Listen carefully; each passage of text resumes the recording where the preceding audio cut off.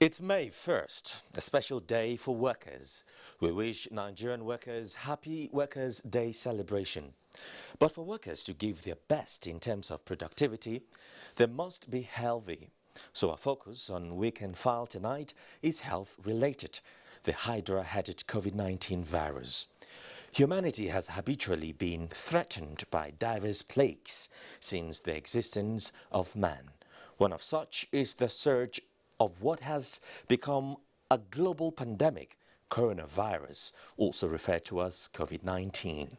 Following the severity of the virus, frantic measures were taken to curtail the spread of the virus, and these propelled the federal government to initiate certain guidelines to align with the WHO's safety protocols aimed at taming the spread of the deadly virus.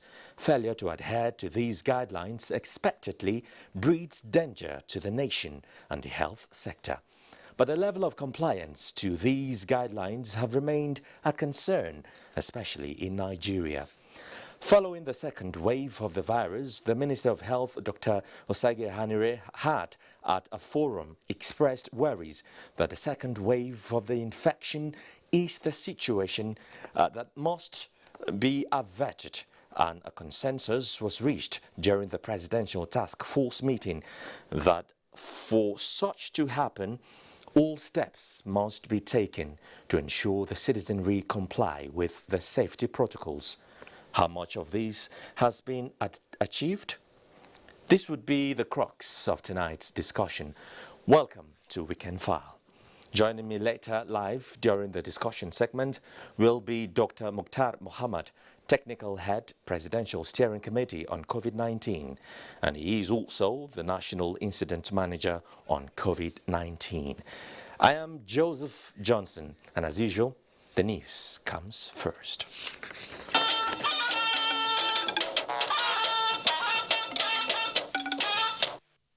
So, it's another day to celebrate the resilience and sacrifices of workers, and Nigeria was not left out on this global celebration. Interestingly, however, the Nigerian worker and the government are sharing a common sentiment on improved welfare packages. This was the position of labor leaders and government officials at the 2021 Workers' Day celebrations in Abuja. Thomas Ogbetere reports. To the one before the COVID-19 pandemic, the 2021 Workers' Day celebration was marked low-key, while still featuring the traditional march past. Some who spoke with NTA crew say there is need for a harmonious relationship and understanding between government at all levels and the different unions geared towards ensuring improved welfare for workers. They also used the opportunity to call for a drastic action towards tackling the problem of insecurity bedeviling the nation. Security is a collective task. We reiterate our call for improved social protection and investment in social services to deal with human insecurity. When we come together like this, we try to look at issues and then see how conditions of service can be improved upon, how we can also collaborate with government to ensure that the economy is doing very well. If you don't pay the worker, and then the other businesses, other collateral effects of on other businesses begin to, amplify. It simply means that so many people will be out of job. President Muhammadu Buhari, who was represented at the occasion by the Minister of Labour and Employment, Chris Ngige, assured Nigerian workers of government's unwavering support. And workers in turn have utilized the key instrument of social dialogue to unlock workplace cohesion and cooperation by reaching social pacts with their employers.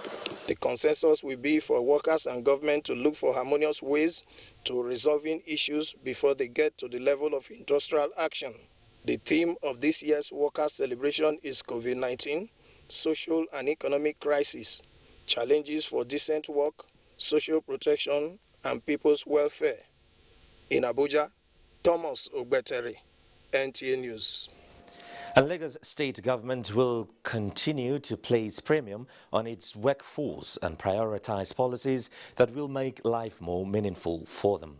Governor Babajide Sanwo-Olu stated this while assenting to the demands of organized labor at this year's Workers' Day in Lagos. Musa Toliat reports. First time organized labor unions are hosting Governor Babajide Sanwo-Olu at a Workers' Day celebration in Lagos following the COVID-19 pandemic, which grounded all activities in 2020. We must commend you most profoundly for the approval given to the organized labor for the establishment of what will be known as Workers' Village. NSC has 56 affiliate unions, representing about 130,000 workforce in the public sector alone.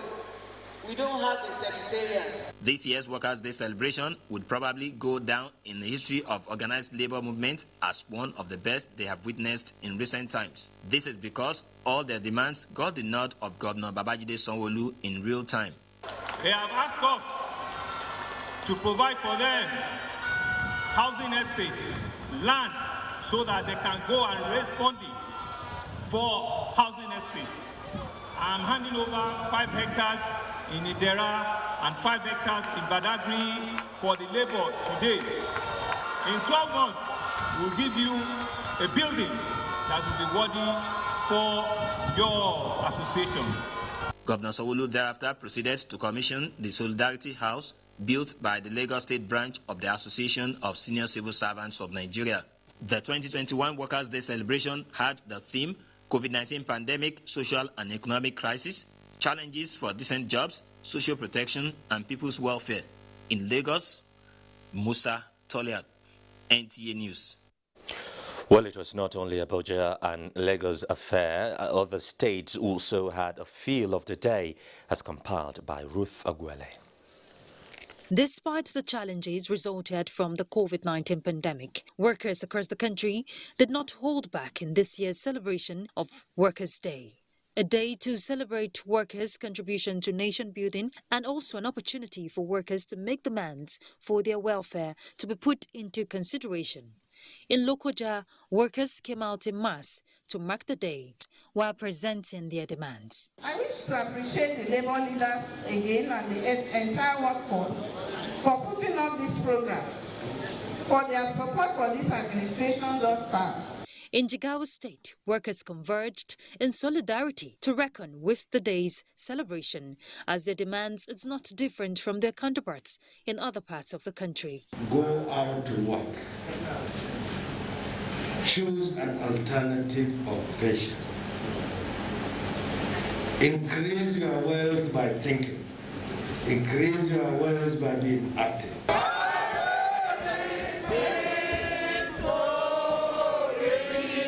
Workers in Uyo chanting in solidarity to commemorate the day, an opportunity to present their needs for adequate consideration, with stakeholders giving them assurances. We pledge our readiness to work with government at all times in partnership and to actualize the completion agenda of this government for Akwa Ibom State. In Kaduna State, it was a colorful celebration for workers in the state, although a low-key celebration as a result of the COVID-19 pandemic. However, the workers' expectations was high. The collapse of the industrial sector is the reason for the plague of mass unemployment, poverty and insecurity ravaging our country. In Kebbi State, workers were commended for their patience, understanding and support in driving the policies and programs of the state's administration to the next level. We just hope that improvement and obedience to our status quo will be the hallmark to attaining greater height in our country. We believe that both NLC and TUC should sit down and understand what are these issues. As a state governor, I'm committed to financial autonomy of both legislature and judiciary. Overall, it is hoped that workers across the country will continue to put in their best as the country strives for economic prosperity. In Abuja, Ruth Aguele, NTA News. Meanwhile, the All Progressives Congress has commended Nigerian workers as key drivers of the socio-economic policies and infrastructural revolution of the Buhari administration. The party, in a statement by John James Akpanodo-Edege, National Secretary, Caretaker and Extraordinary Convention Planning Committee of All Progressives Congress, assures workers and indeed all Nigerians of government's resolve to protect the lives and property of all and seeks the patience and cooperation of Nigerian workers for greater patriotism from everyone. Similarly, the Speaker, House of Representatives, Femi Gbajabiamila, has paid glowing tributes to Nigerian workers on this year's Workers' Day. Gbajabiamila said Nigerian workers are worthy of being celebrated, noting that the Nigerian system remains stable due to the dedication and sacrifices of the workers, as the 9th House of Representatives remains committed to improving the working conditions of workers. In the same vein, the Ministry of Labour and Employment, on its part, extends good wishes to Nigerian workers. The Minister, Dr. Chris Ngige, recalls that about this time last year, workers could not gather as usual to mark the May Day celebration as a result of the outbreak of COVID-19. Dr. Ngige notes that the federal government took practical steps in 2020 up until now to curb the menace and ensure that Nigerians get vaccinated, and called on all Nigerian workers to take advantage of the ongoing vaccination exercise. The minister further assures the Nigerian workforce that President Muhammadu Buhari is not oblivious of the challenges that they are facing at this time under the watch of the federal government, has committed enormous resources towards protecting and promoting decent work standards across various sectors of the national life, particularly in the education and health sectors. Workers have also been captured on the new Rapid Response Register for urban poor and other forms of post-COVID-19 palliative measures and social protection. Also, the Minister for Women Affairs, Dame Pauline Talin, joins the rest of the world in celebrating the Nigerian workers. The Minister urged workers to use this year's celebration to reflect on their roles as nation builders and ensure they renew their allegiance to making Nigeria greater through their various endeavors. She reminded the workers, in line with the mandate of her ministry, to ensure they contribute their quota in making the Nigerian society peaceful and safe, especially for the women and the girl child, who are most vulnerable in the society. Turning to other news of the day now, in the light of recent attacks in Imo State, Governor Hope Uzodinma has urged residents of the state to go about their businesses without fear, as the government is collaborating with security agencies to ensure their safety. He made this known in a broadcast at Government House, where Bright Obocho reports.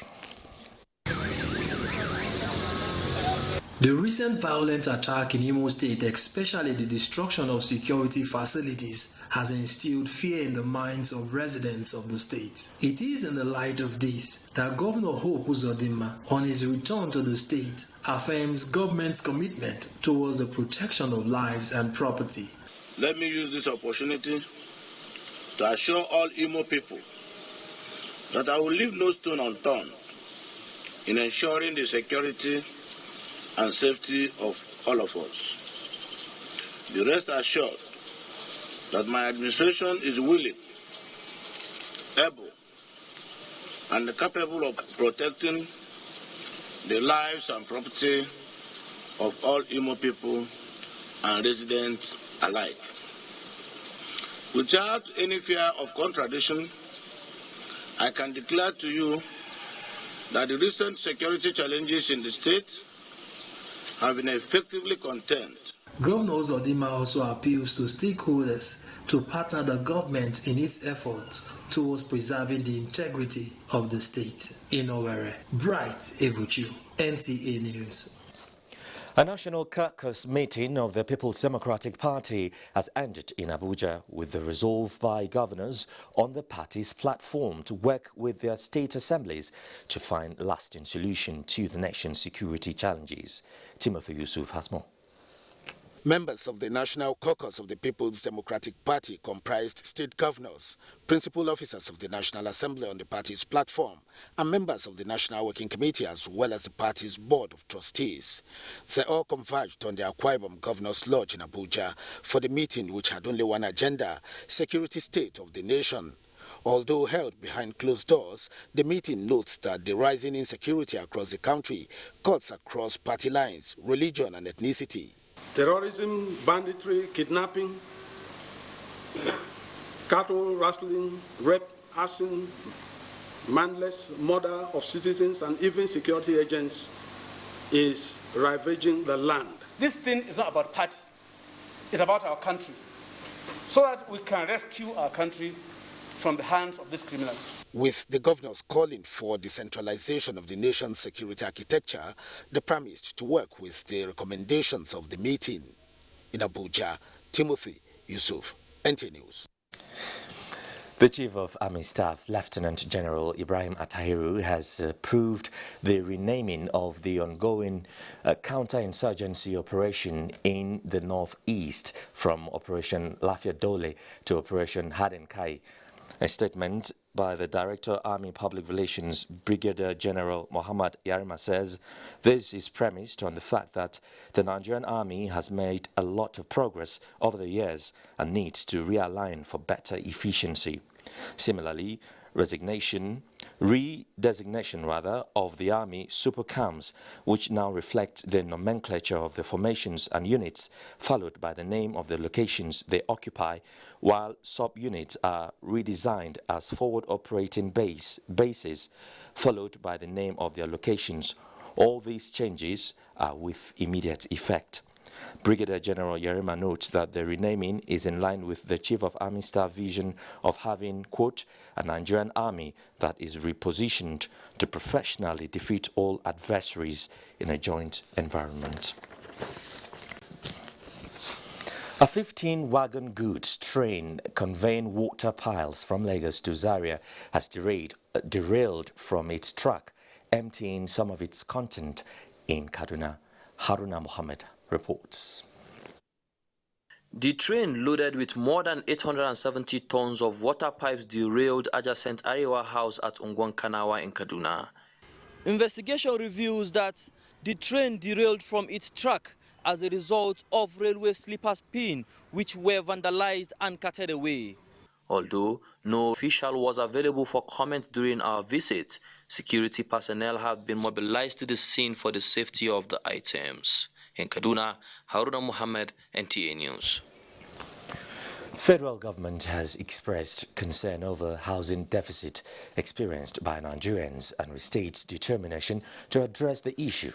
Minister of State, Ministry of Works and Housing, Abubakar Aliyu, was speaking at the 9th meeting of the National Council of Lands, Housing and Urban Development holding in Jos. Priscilla Gurumnang reports. More than 20 million Nigerians are said to be faced with housing deficit in the country. Rising population, rapid urban migration, and uncoordinated government policies are some of the critical factors deepening this housing gap. Critical players involved in land, housing, and urban development at the federal and state levels are brainstorming on how best to access affordable housing. State government control much more land. The use of the land as a law, as a tool to enable cooperatives within their states to build can be very impactful in changing the affordability and accessibility paradigms in the COVID-19 era and beyond. To encourage people to key into such initiatives, we've also approved a 15% discount on all land-related charges in the state. This has seen many people also taking advantage of the opportunity to formalize their land documentation. At the end of the meeting, resolutions will be arrived at that will go a long way in reviving the housing sector. The theme for the 9th annual meeting is Housing Delivery in the COVID-19 Era and Beyond, the Strategies for Affordability and Accessibility. In Jos, Priscilla Grumnan, NTA News. President Muhammadu Buhari felicitates with the General Secretary of Newspaper Proprietors Association of Nigeria, Mohammed Idris, on his 55th birthday. In a statement by his Senior Special Assistant on Media and Publicity, Garba Shehu, the President joins family members and friends to celebrate with the influential media and communications entrepreneur whose profile continues to rise. Mohammed Idris, the Kakaki of Nupe, is the chairman of Bifocal Group, owners of WeFM 106.3 and publisher of Blueprint newspaper.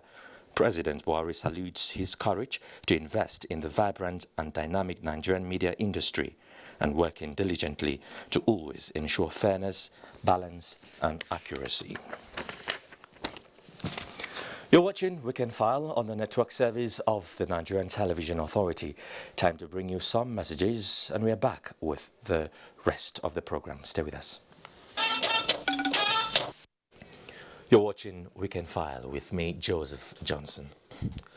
The world literally went to bed on the last days of 2019, no thanks to COVID-19, though a solution was partially found through the syringe in 2020.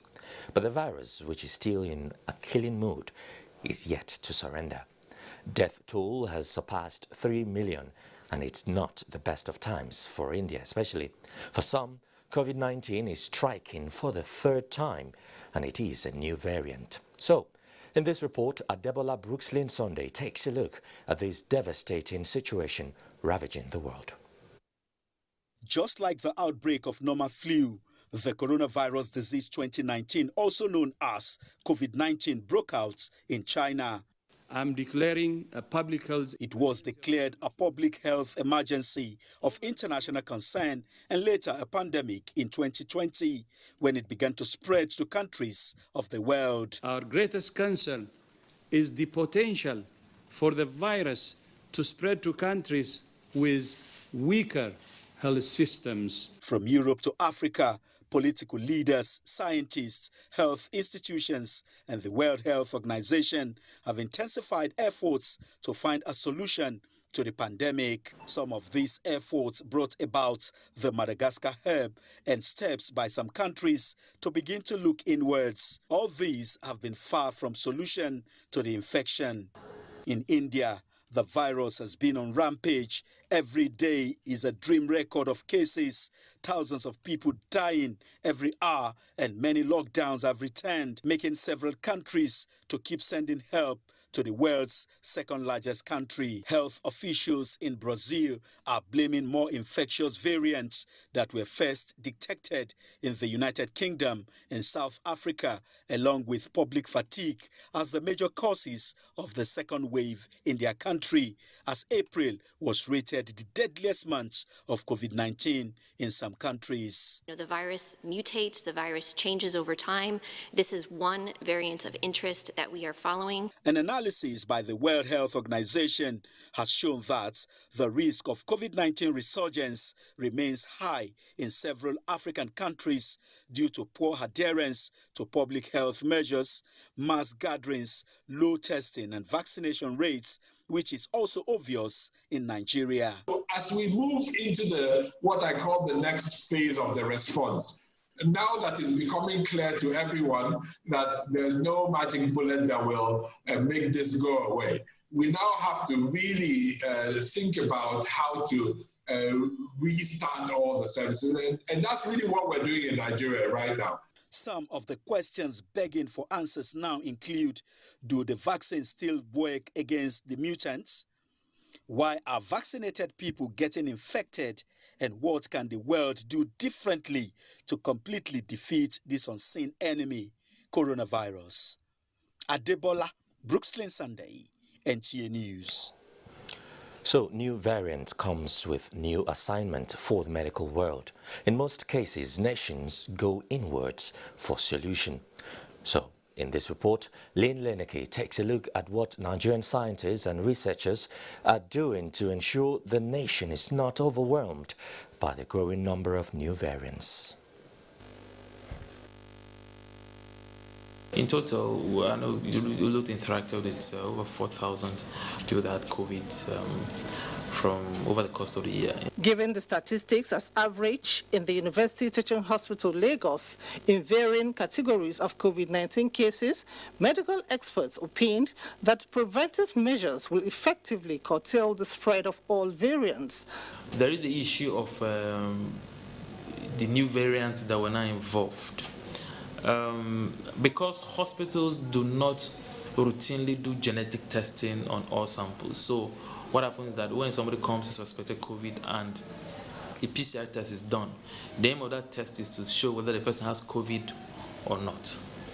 If you want to do further testing to find out what type of organism is causing it, that's where the variant now comes in. You have to do, further and advanced testing, which is not done center by center.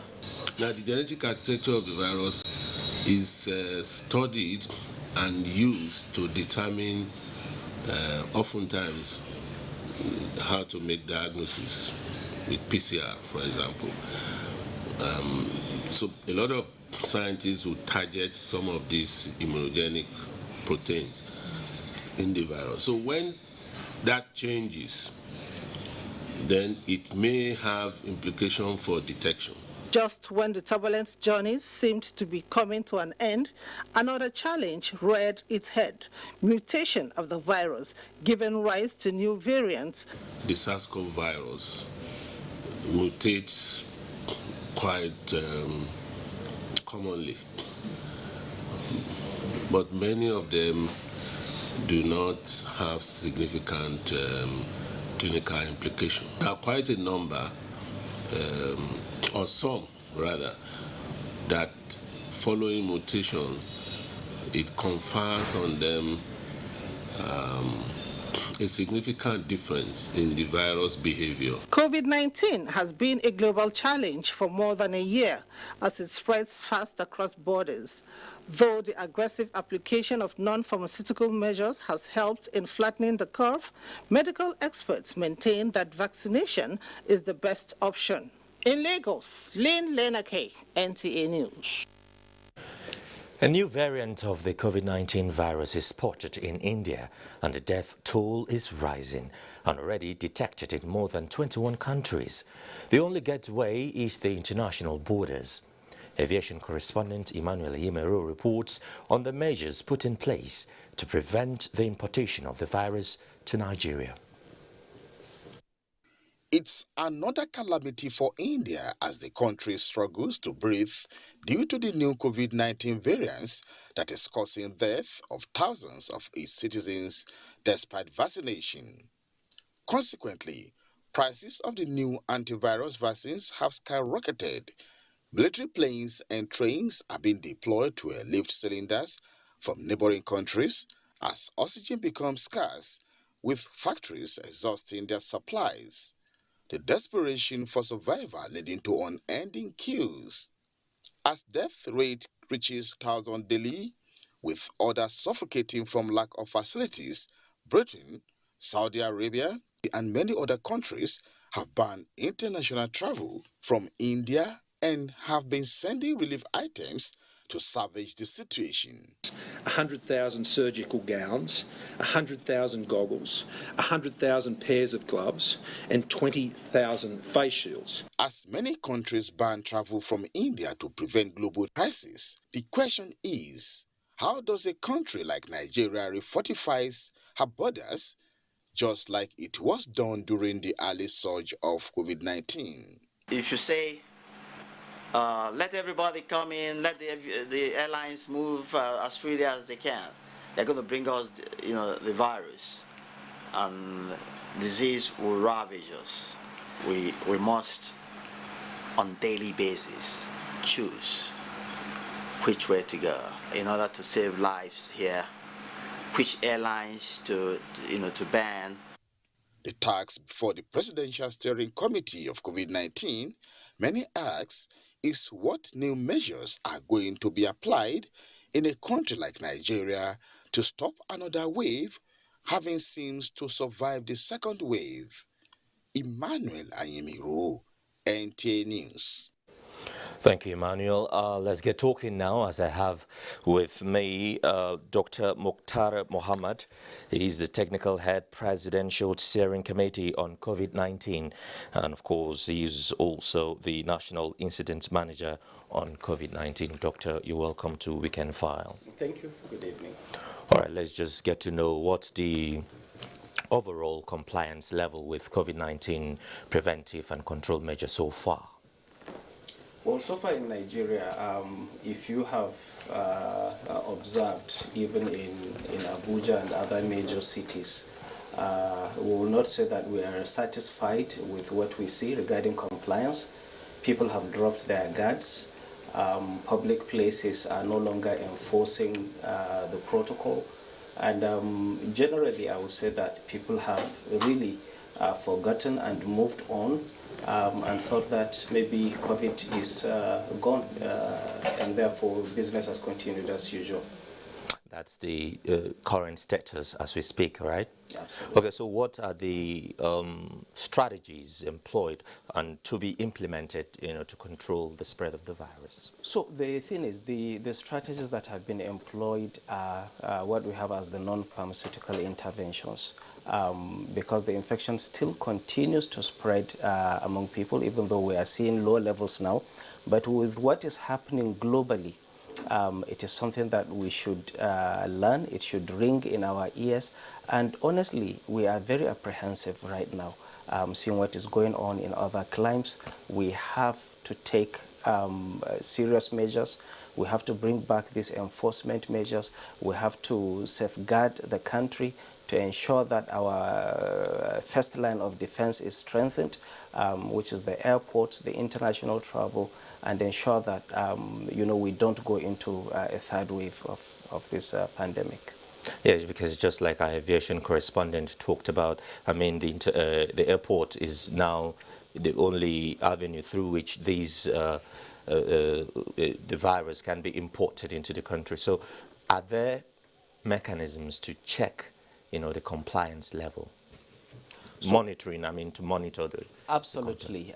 We have fortified the airports and recently also, with the happening globally, we have strengthened these measures. We have increased the number of staff, that is the health staff, that are monitoring the passengers that are arriving. We have some strict measures. People who are coming into Nigeria must do a PCR COVID-19 test before you come into the country. And after you arrive, you will also do another test after 7 days. And when people arrive into the country, they go into self-isolation, for a period of 7 days, and then do a test on the 7th day. However, with the recent happenings now, the Presidential Steering Committee has taken a very serious look at what is going on, and we have tightened these measures. We have identified countries that are very high risk, and we are implementing travel restrictions that will start very soon for passengers arriving to Nigeria from these countries. All right, so let's talk about awareness programs. Are there awareness programs embarked upon in Nigeria to sensitize people about these guidelines? There are so many awareness programs that are going on and at various levels. The federal government, of course, is trying to, has been sensitizing the public. The Presidential Steering Committee, and even from the days of the PTF, we've been having daily press briefings. We've had weekly press briefings. We've had media interviews. There are press releases. And there are so many sensitization activities. At the state level also, the same things are happening.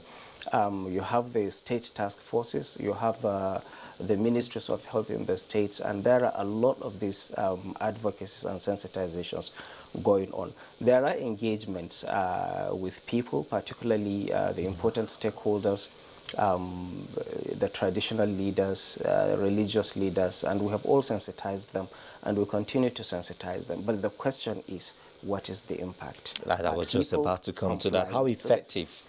Honestly, what we see nowadays, people have really dropped their guard, like I mentioned, and we are not happy about it. And with what is happening globally, this is really a wake-up call for Nigerians to know that COVID-19 is not gone. What is happening in India is really sad, is devastating, and you know, we are not immune from it. Nigeria shares a lot of the parameters, population and demographic parameters with India, in terms of our population, in terms of the socio-economic status, in terms of education, in terms of healthcare. We share a lot. Our population pyramid is kind of the same also. You have more children, you know, than you have the elderly in the population. And yet India is a little more advanced because, you know, even the vaccines we got in Nigeria, we got them from India. And the Indian government also donated additional 100,000 to Nigeria. Now, India is the largest producer of these vaccines in the world. And yet, with that, now that they have even stopped export of these vaccines, using it for themselves, and yet see what is going on in that country.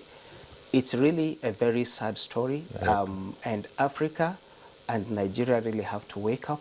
We have to take serious steps. People have to comply. We have to put in enforcement measures. And right now, as I'm talking to you, all options are on the table. Any option that we need to take to make sure that Nigerian people are protected is on the table, and it will be taken. All right, let's take a break at this point, and when we come back, we talk more. Stay with us. Thanks for remaining with the NTA. Let's just quickly remind you that you can get more news and updates on www.nta.ng or follow us on our Twitter handle at NTA News Now. You can also like us on Facebook at www.facebook.com/NTA Network News, and also stay connected and subscribe to our YouTube channel at www.youtube.com/NTA News Online. Also, remember to watch our news live streaming at www.nta.ng/live. The fear was high at the beginning, but it has slightly subsided with the discovery of vaccines.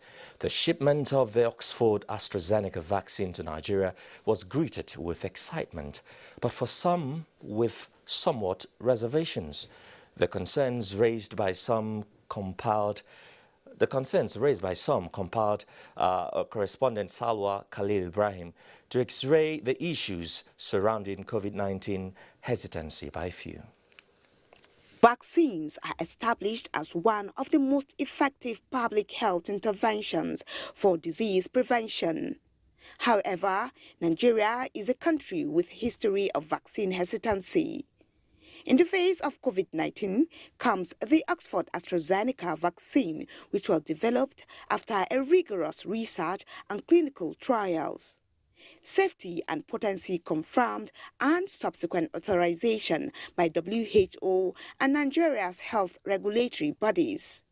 Yet, some Nigerians are beclouded by myths, misconceptions and panic about the vaccine, hence the attendant hesitancy. That it even affect the respiratory system. But I'm not sure about that. It's what I saw. Sorry. So I haven't taken the vaccine yet, but I'm kind of scared because of the side effects. So I want to see the outcome for those who have taken it. For now, I'm COVID-free.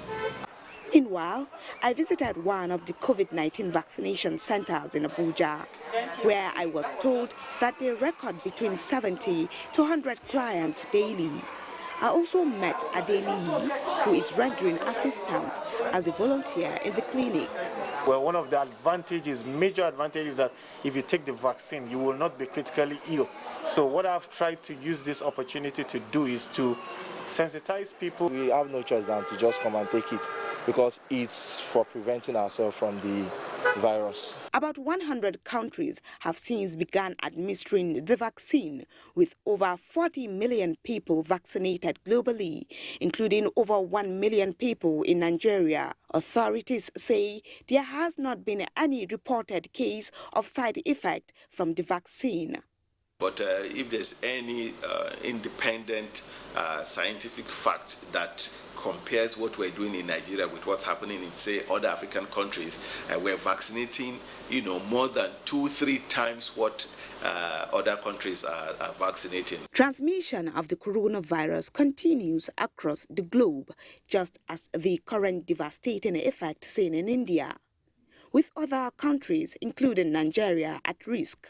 Meanwhile, Nigeria is set to begin the rollout of the second dose of the vaccine and subsequent continuation of the vaccination exercise, which could be the most effective antidote to the virus, hence the need for the citizenry to come forward for the jab. In Abuja, Salwa Khalil Ibrahim, NTA News. All right, so let's pick up on the last report, which highlighted frightening and blatant disregard for the safety protocols. Now, Doctor, does taking the jab simply translate to, reduction in observing the COVID-19 safety protocols? Because, like you did observe, that's what we see these days. So, does it translate to that? How many people have you vaccinated? Especially wearing a face mask, Yes, how many people have you vaccinated? And so far, it's only the first dose that has been given. If you are given the first dose, you are not completely protected. Yes, you have some protection, but that does not mean you should stop taking the public health measures.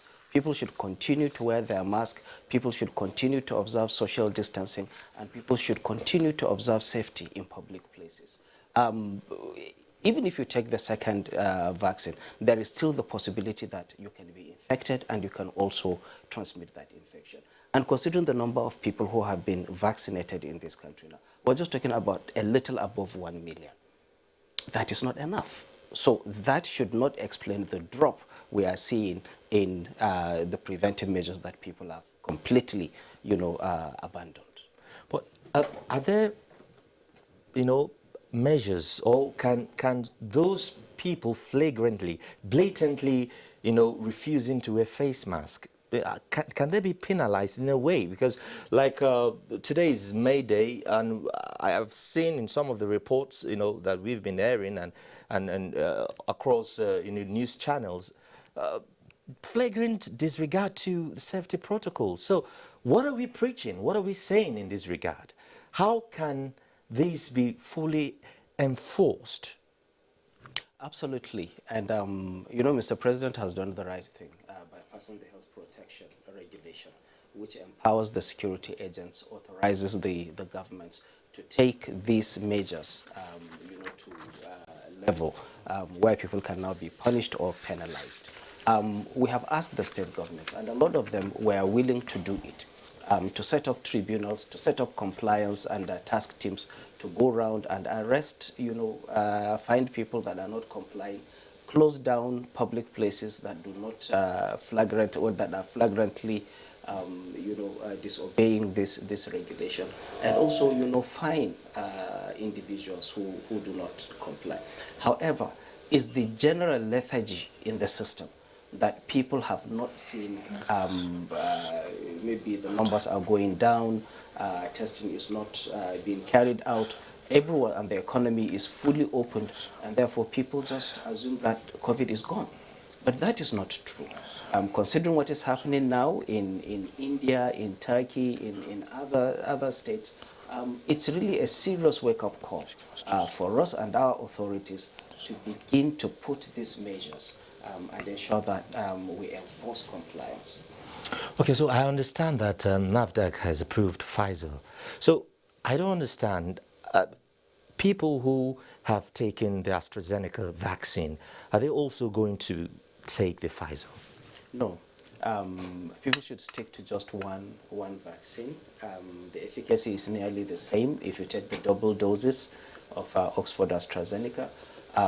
If Pfizer eventually becomes available in Nigeria, people who have taken Oxford AstraZeneca should not take that vaccine.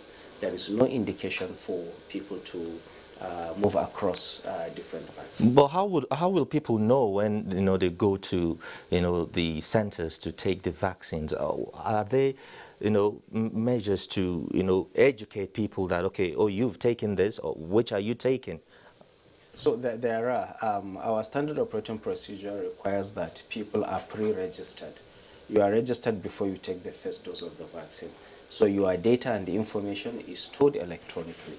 And when you come for the second dose, they have to call up your data to get your name, your address, your telephone number, and then it will be seen. Yes, your name is so-so, you have taken this vaccine on so-so date, and you are due for the second vaccine on another date. And therefore, if you have not taken the vaccine before, your name will not appear on the database, and then you are eligible to take it, then you are available. Okay, just quickly, your final thought. I understand the WHO has just, advised that it's most likely that African countries, might be witnessing resurgence of cases, what can Nigeria do differently, to avert such tales? That is what I told you earlier on. We are very apprehensive. We are worried.